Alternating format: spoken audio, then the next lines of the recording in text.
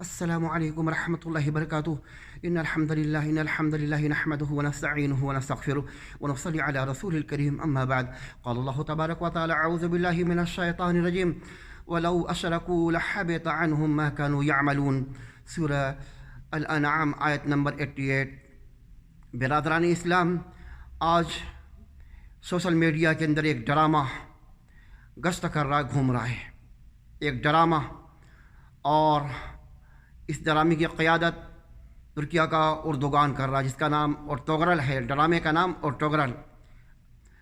اور جیسا کہ سننے میں آتا ہے کہ یہ ڈرامہ یہ پرانی تاریخ کو دہراتا ہے اور لوگوں کو جہاد کی دعوت دیتا ہے، یہ جیسا کہ سننے میں آتا ہے۔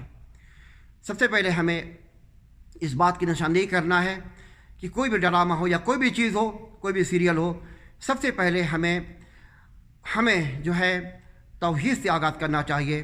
توحید کیا چیز ہے، اللہ کہاں ہے، اللہ کے تعلق سے جو واقعات، اللہ کے تعلق سے جو گندے عقیدے ہیں، اس کا دفاع کرنا چاہیے۔ ایک ثواب کا ایک ذریعہ ہے۔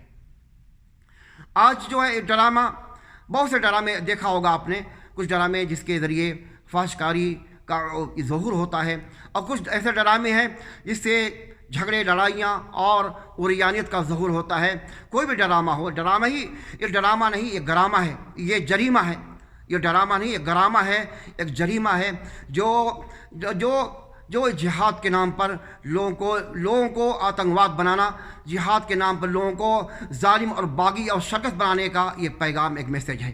لوگوں کو جو ہے یہ میسج ہے، لوگوں کو باغی بنایا جائے اور اسلامی جو حکمراں ہیں ان کے خلاف بغاوت اور اظہار کیا جائے۔ یہ اس ڈرامے کی نوعیت ہے، اس ڈرامے کا مشن ہے، سمجھ گئے۔ سب سے پہلے ہمیں توحید سے اپنی آغاز، نبیوں نے اپنی دعوت کا آغاز توحید سے کیا۔ اگر یہ مجرم اردوغان، اگر جہاد اس کا مقصد جہاد ہے، جہاد اس کا مقصد ہے، تو ہم اس کو بتاتے ہیں کہ سب سے پہلے تو توحید اپنا عقیدہ صحیح کر لے۔ اگر عقیدہ صحیح نہیں ہے، تیرا جہاد کوئی فائدہ نہیں ہے، کوئی فائدہ نہیں۔ تیرا جہاد، تیری عبادت، تیری تلاوت اور تیرا جو ہے اس طریقے سے ہمدردی کا اظہار کرنا کوئی فائدہ نہیں۔ اللہ تعالیٰ سورہ انعام کے اندر فرماتا ہے، 18 نبیوں کا نام لے کر کے اس کے بعد آخر فرماتا ہے وَلَوْ أَشْرَكُوا لَحَبِطَ عَنْهُمْ مَا كَانُوا يَعْمَلُونَ۔ اگر وہ لوگ شرک کرتے تو سارے ان کے اعمال برباد ہو جاتے۔ نبی کے تعلق سے 18 نبیوں کا نام لیا اللہ تعالیٰ نے، سورہ انعام 88 نمبر کی آیت ہے یہ، 18 نبیوں کا نام لے کر کے، اگر وہ لوگ شرک کرتے ان کا عمل کوئی فائدہ نہیں، غارت ہے، برباد ہے، عمل برباد ہے۔ اگر یہ مجرم جو ہے اردوغان، اگر جہاد کی دعوت دیتا ہے، جہاد سب سے پہلے ہم بتاتے ہیں، اس کو بتائیں گے توحید کی دعوت دے۔ توحید کی اگر تم دعوت دو گے تو تیرے ملک میں ہونے والے شرکیات کا خاتمہ ہوگا۔ تیرے ملک ترکیہ کے اندر جو کفر ہے، جو بدعات ہے، جو شرک ہے، اس کا خاتمہ ہوگا۔ گھروں میں قبر پرستی، تصوف اور نقشبندیت کا جو عقیدہ ہے، وحدت الوجود کا جو عقیدہ ہے ترکیہ اردوغان کا، یہ عقیدہ جو ہے دفن ہوگا۔ اگر یہ مجرم، اگر یہ توحید اگر یہ اپنے پروگرام، اگر اس ڈرامے سے توحید کا آغاز کرتا تو اس کے ملک کا جو جریمہ ختم ہوتا، اس کے ملک کا جو شرک ختم ہوتا، اس کے ملک میں جو کفر ہے، جو شرک ہے، جو پاپ ہے، جو ننگا پن ہے، سارے جرائم کا خاتمہ ہوتا ترکیہ سے۔ لیکن یہ مجرم کبھی نہیں کرے گا۔